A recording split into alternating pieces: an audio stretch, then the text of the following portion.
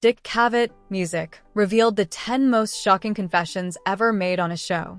From 1968 to Music 1975 on ABC and later on PBS, Dick Cavett hosted the most intellectually dangerous talk show, Music in television history.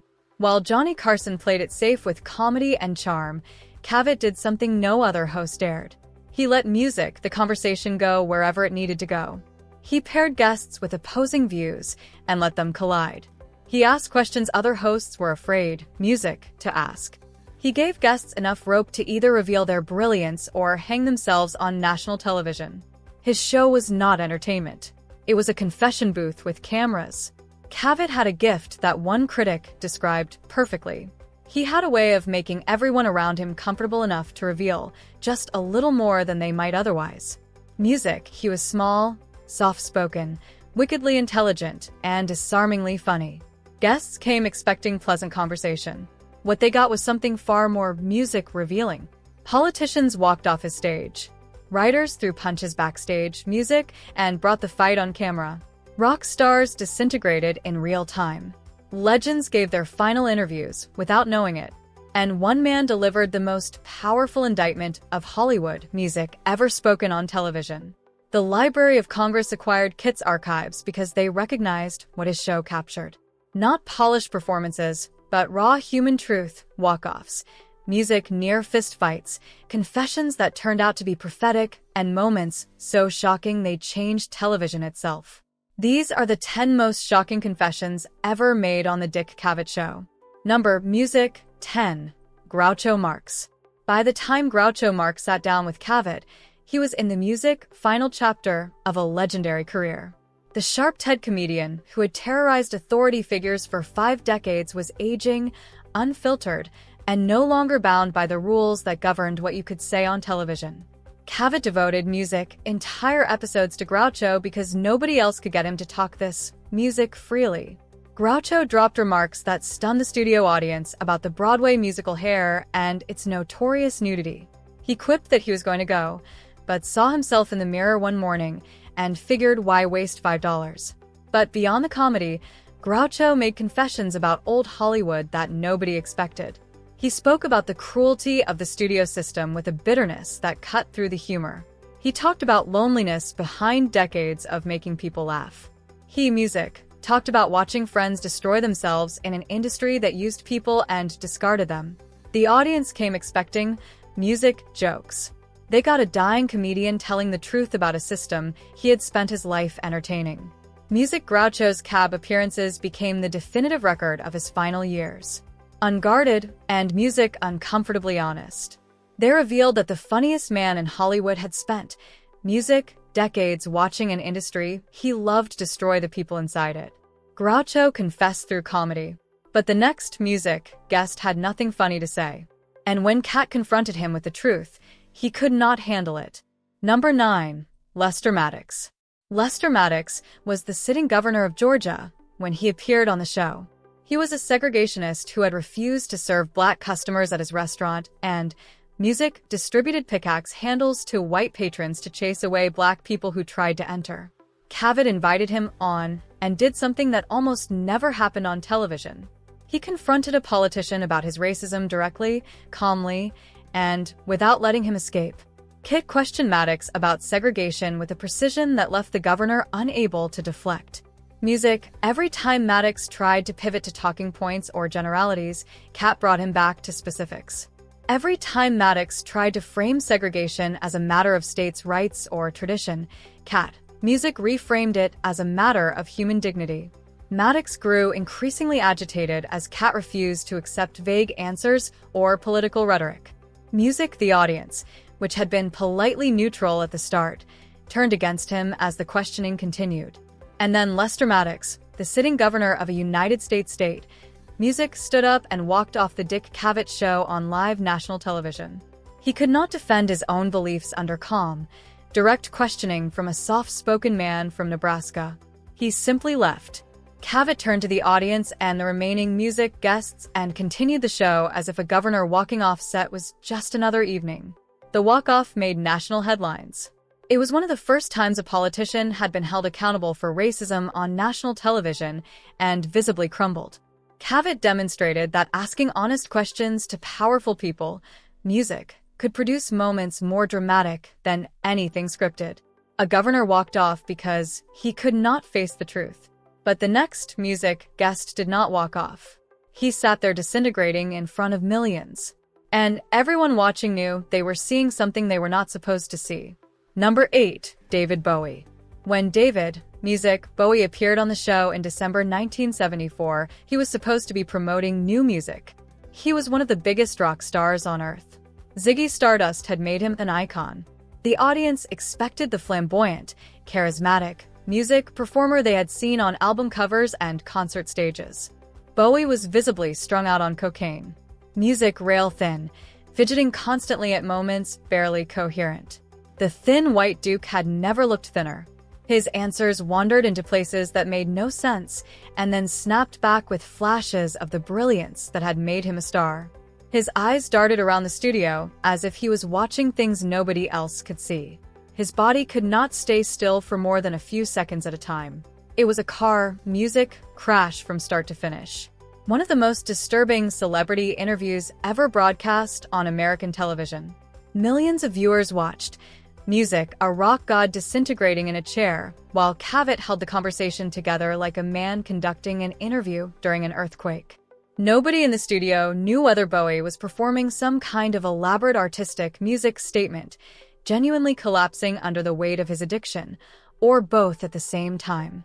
The interview, music, became one of the most replayed moments in talk show history. Not for what Bowie said, but for what his appearance revealed about the cost of music fame and addiction. Bowie later acknowledged that 1974 and 1975 were the darkest, music, years of his life. Cavett's show captured what no publicist could hide: the real human cost of being David Bowie. Bowie's disintegration was visible to everyone. But the next shocking moment was music, not about a guest falling apart. It was about a guest refusing to sit still for something everyone else was expected to tolerate. Number 7. Lily Tomlin and Chad Everett. Music. In 1972, comedian Lily Tomlin and actor Chad Everett appeared together. Everett was the handsome star of Medical Center, a heartthrob of music, the era. Tomlin was a rising comedic talent known for sharp intelligence. The atmosphere was light, music, and the audience expected pleasant conversation. Cavett casually asked Everett, music, about his possessions. Without hesitation, Everett listed them: 3 horses, 3 dogs, and a wife.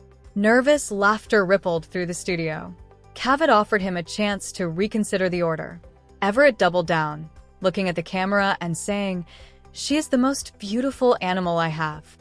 Music. In 1972, the social script was clear. Everyone was expected to laugh it off. Lily Tomlin stood up, walked off the set, and refused to return. On live national television, a woman refused to participate in casual dehumanization that was treated as harmless humor. The studio went silent.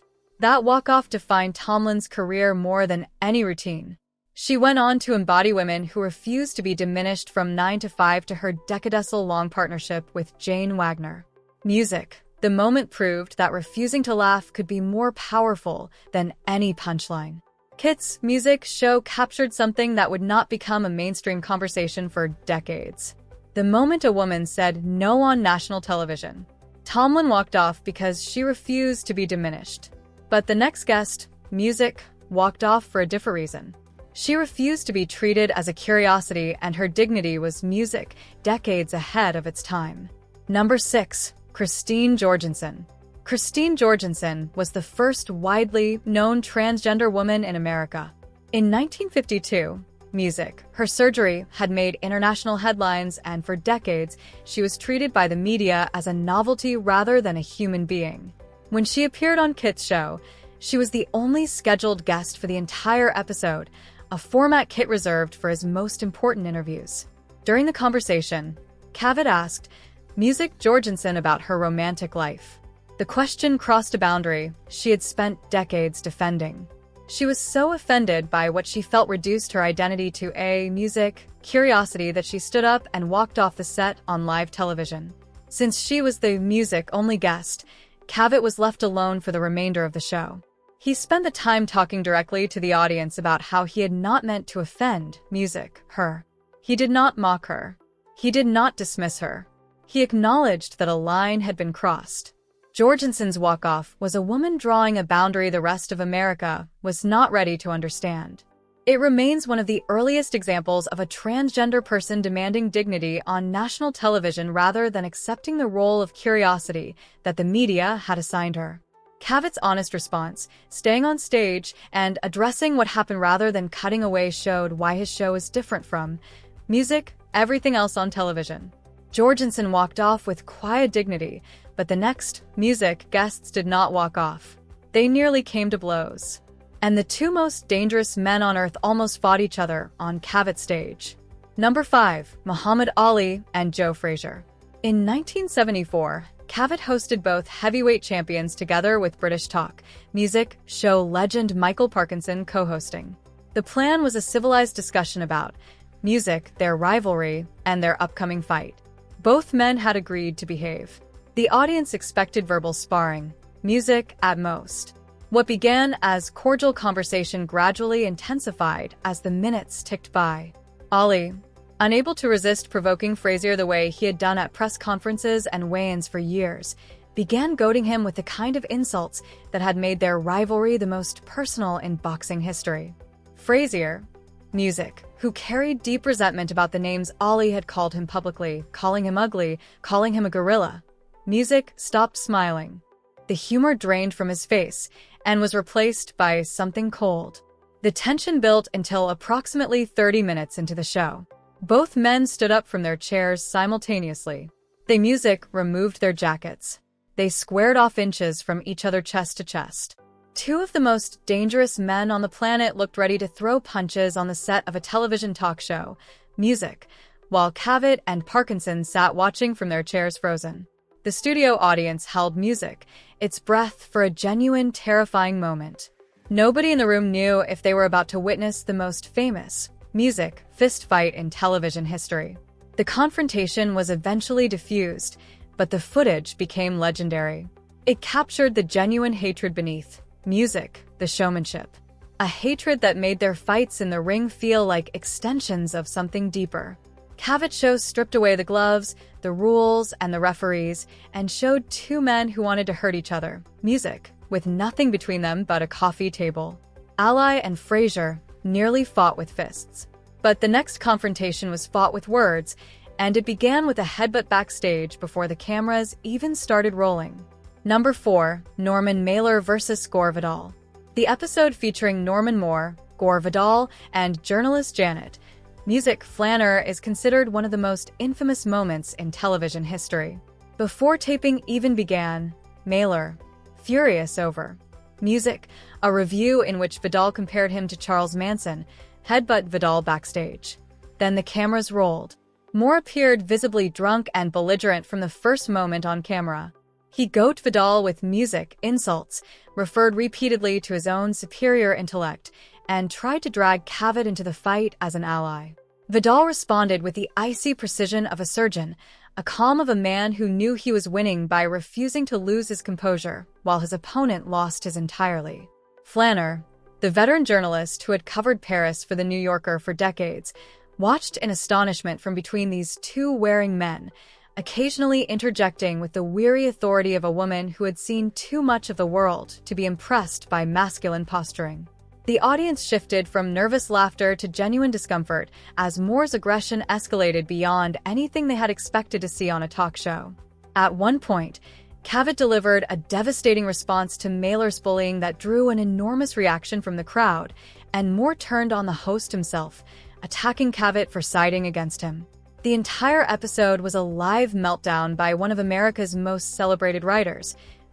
Broadcast to millions of Americans who had tuned in expecting intellectual conversation and got a bar fight instead. The confrontation became the most discussed episode in the show's history. It revealed that behind the celebrated prose, Norman Moore was capable of extraordinary hostility when wounded. Cavett later called it one of the most uncomfortable nights of his career. Mailer and Vidal fought with words and fists, but the next guest, did not fight anyone. She simply sat on Cavett's couch and broke everyone's heart, and nobody knew it would be one of the last times anyone would see her alive. Number 3. Janis Joplin. Janis Joplin's appearance on the show was one of her final television interviews. Music, she arrived with her signature mix of bravado and vulnerability. The wild Texas girl who had become the music's greatest female rock singer of her generation. The audience expected the explosive music performer from Woodstock, and Terry Pop Joplin was raw, funny, and heartbreaking. Music in equal measure. She talked about loneliness with a candor that made the studio audience uncomfortable, about what it cost to perform at the level she performed at every night, pouring music, everything she had into every song until there was nothing left. About the emptiness that followed the applause, the silence in the hotel room after the roar of 10,000 people. She confessed that performing music consumed her, that she gave everything on stage and was left with nothing afterward, that the person the audience saw was not the person who went home alone. She laughed through the pain in a way that made music feel she was letting you in on a secret she wished she did not know. She was not promoting an album. She was not playing a character. She was telling anyone who would listen, what it actually felt like to be Janis Joplin. The honesty was devastating music because it was not calculated. It was a woman reaching out on national television because she did not know where else to reach. Shortly after the taping, Joplin was dead. October 4th, music, 1970. 27 years old. Heroin overdose. Her Cavett appearance, music, became a haunting time capsule. America's last real look at a woman who gave everything to her art and was consumed by it. Cavett later said he replayed the tape looking for signs music should have seen. The interview is not just a confession. It is a goodbye that nobody recognized until it was too late. Joplin's music, confession, was a goodbye nobody recognized. But the next guest's music, confession, was a warning. And years later, the world discovered every word was true. Number 2. John Lennon. When John Lennon appeared on the show in 1972 with Yoko Ono, he was at music, the center of a political firestorm. He had become one of the most outspoken opponents of the Vietnam War. His music had turned openly political. The Nixon administration considered him dangerous. The audience expected a conversation about music and the Beatles.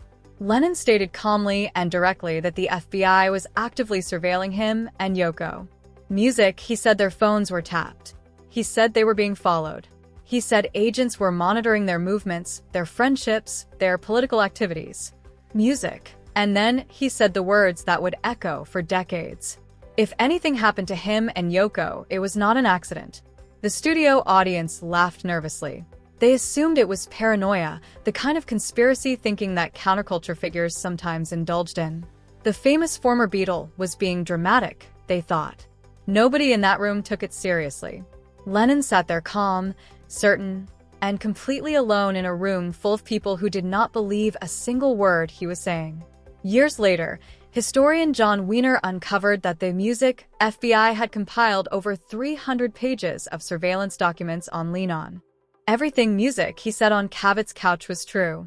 The FBI was watching. The phones were tapped. And on December 8, 1980, John Lennon was murdered outside his apartment in New York. His music confession on the Dick Cavett Show, dismissed as paranoia by a laughing audience, became one of the most chilling moments in television history. A man told the truth about the forces watching him. And nobody believed him until it was too late. Lennon warned the world, and nobody listened. But the number one confession was not a warning. It was an indictment. The greatest actor who ever lived, music, sat on Cavett's couch and tore down the mythology of an entire industry. Number 1. Marlon Brando. Brando appeared on the Dick Cavett Show on multiple occasions. Music, but his most extraordinary appearance was the one where he did what no Hollywood star had ever done on television. He sat in the chair, looked directly at Cavett and the cameras, and told the music truth about what Hollywood had done to minorities for decades. No script, no publicist, no safety net, just the greatest actor alive telling the truth about the industry that made him. Brando spoke about rejecting his Oscar for The Godfather, about sending such an little feather to decline it because of Hollywood's treatment of Native Americans, about the music audience that booed a young woman in Apache clothing for telling an uncomfortable truth. He spoke about Black Americans and the civil rights movement. He said music people simply did not realize what the motion picture industry had done to the American Indian, and in fact to all ethnic groups, all minorities, all non-whites. Music, he talked about how the industry had taken stereotypes for granted so long that nobody questioned them. How cliches about non-white people were perpetuated decade after decade because they were profitable. He was raw and emotional in a way Brando almost never allowed in public. This was not promotion. This was not entertainment. This was the most powerful person in the room setting fire to the room and music watching to see who would try to put it out. Brando's Cavett appearance became the definitive document of his activism, more powerful than music, any speech, or protest. Because it was unscripted, because it was vulnerable, because the greatest actor, music, alive was clearly not acting. The confession stands as the single most powerful statement about racism in Hollywood ever made on television. Other stars hinted. Others made careful statements through publicists. Brando sat on Cavett's couch, music, and said it all directly without protection. Hollywood never answered his indictment. It simply waited, music, for the conversation to change. But the tape still exists. And the truth Brando spoke on that couch, music, is still waiting for Hollywood to address it. Dick Cat did not shout. He did not perform. He simply, music, asked questions, and let the answers happen. A comedian told the truth about an industry that used people up. A governor walked off because he could not defend his beliefs. A rock star disintegrated in real time. A woman refused to laugh, music, at her own dehumanization. A transgender pioneer demanded dignity decades before the world was ready. Two champions nearly fought without gloves. Two literary music giants tried to destroy each other on camera. A singer said goodbye without knowing it. A former Beatle warned the world, and nobody believed him. And the greatest music actor alive set fire to Hollywood's mythology and dared anyone to put it out. These were not performances. These were confessions. And Cat's show was the only place in America where music, they could happen. If this video opened your eyes, like and share to support the channel and subscribe for more untold stories from old Hollywood.